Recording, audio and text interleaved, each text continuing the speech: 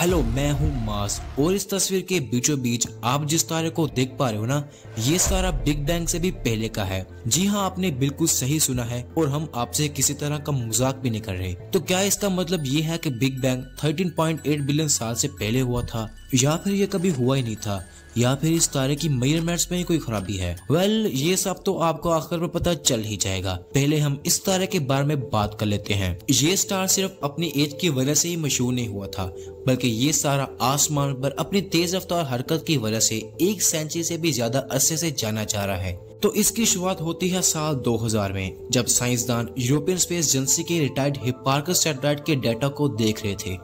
इसी डाटा में इनकी नजर HD 140283 की डिटेल्स पर पड़ी, जिसको आप इसके निकनेम मिथोसिला स्टार के नाम से जानते होंगे। उन्होंने जब इसकी एज को कैलकुलेट किया तो जो फिगर सामने आई, इसको देखकर सब चौंक गए। इसकी एज 16 बिलियन साल थी, यानी ये यूनिवर्स से 2 बिलियन साल से भी पहले वजूद में आया था।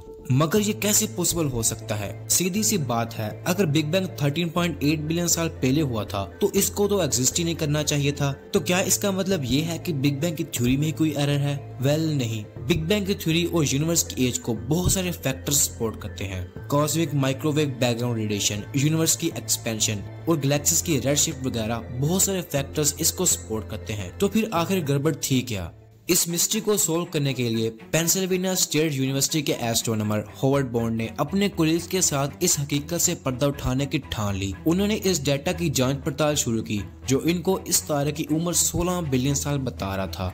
HD 140283 अपने सब जायंट फेज में है, जिसका मतलब है कि इसके कोर में मौजूद हाइड्रोजन खत्म हो गई है और ये अपने लाइफ के आखिरी स्टेज रेड जायंट स्टेज की तरफ बढ़ रहा है। इससे हमें ये तो मालूम हो ही जाता है कि ये बिलियंस ऑफ ईयर्स पुराना है। इस सफर में उन्होंने हबल स्पेस टेलीस्कोप से 2003 से 2011 तक ऑब्जर्वेशंस की, जिसमें उन्होंने 11 मुख्तलिफ सेट ऑफ ऑब्जर्वेशंस को स्टडी किया। किसी भी तारे की उम्र का अंदाजा लगाने के लिए इसकी एक्यूरेट डिस्टेंस मेजरमेंट्स का होना बहुत ही जरूरी होता है। मिथोसिला स्टार के डिस्टेंस को मेजर करने के लिए पैरेलैक्स इफेक्ट का इस्तेमाल किया गया था। डिस्टेंस के अलावा भी इनको कुछ और फैक्टर्स मिले जिससे इसकी उम्र का अंदाजा लगाया जा सकता था, जैसे कि इसकी लो मेटलिसिटी।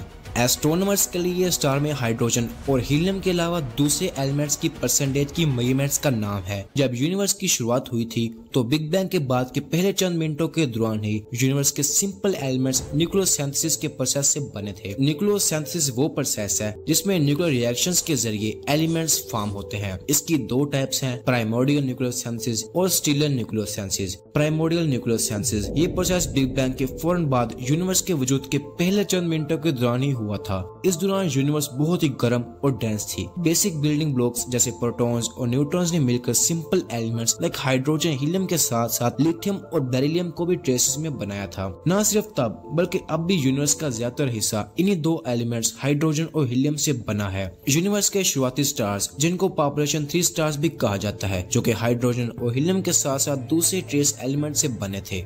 इन स्टार्स ने स्टीलर न्यूक्लियोसिंथेसिस, जो कि न्यूक्लियोसिंथेसिस की सेकंड टाइप है, से हैवियर एलिमेंट्स को बनाया था। देखिए, स्टार्स जायंटिक न्यूक्लियर रिएक्टर्स की तरह होते हैं जो कि अपने अंदर न्यूक्लियर रिएक्शन से एनर्जी को बनाते हैं, जिसमें लाइटर एलिमेंट्स मिलकर हैवियर एलिमेंट्स को फॉर्म करते हैं। हमारे सन की मिसाल ले लीजिए, इसमें हाइड्रोजन एटम्स फ्यूज होकर हीलियम एटम्स को बनाते हैं। पॉपुलेशन 3 स्टार के कोर में होने वाले फ्यूजन रिएक्शन से और इनके मरने के बाद इनके सुपरनोवा एक्सप्लोजन से ही दूसरे हैवियर एलिमेंट्स बने थे। ये स्टार्स बिग बैंग के बाद के पहले 100 मिलियन सालों में बने थे और ये कुछ मिलियन सालों तक ही रहे थे, और इनके एक्सप्लोजन से जो हैवी एलिमेंट्स बने थे, इनके मिलने से पॉपुलेशन 2 स्टार्स बने। और जब इनमें सुपरनोवा एक्सप्लोजन हुए तो और नए हैवी एलिमेंट्स बने, जिन्होंने मिलकर पॉपुलेशन 1 स्टार्स को बनाया। और जैसे जैसे नए स्टार्स पुराने स्टार्स के रिमेनेंट से बनते गए, इनकी मेटलिसिटी भी हाई होती गई। हमारे सन के पास हाई मेटलिसिटी है जो कि इसको पॉपुलेशन 1 का स्टार बनाती है, और इसकी उम्र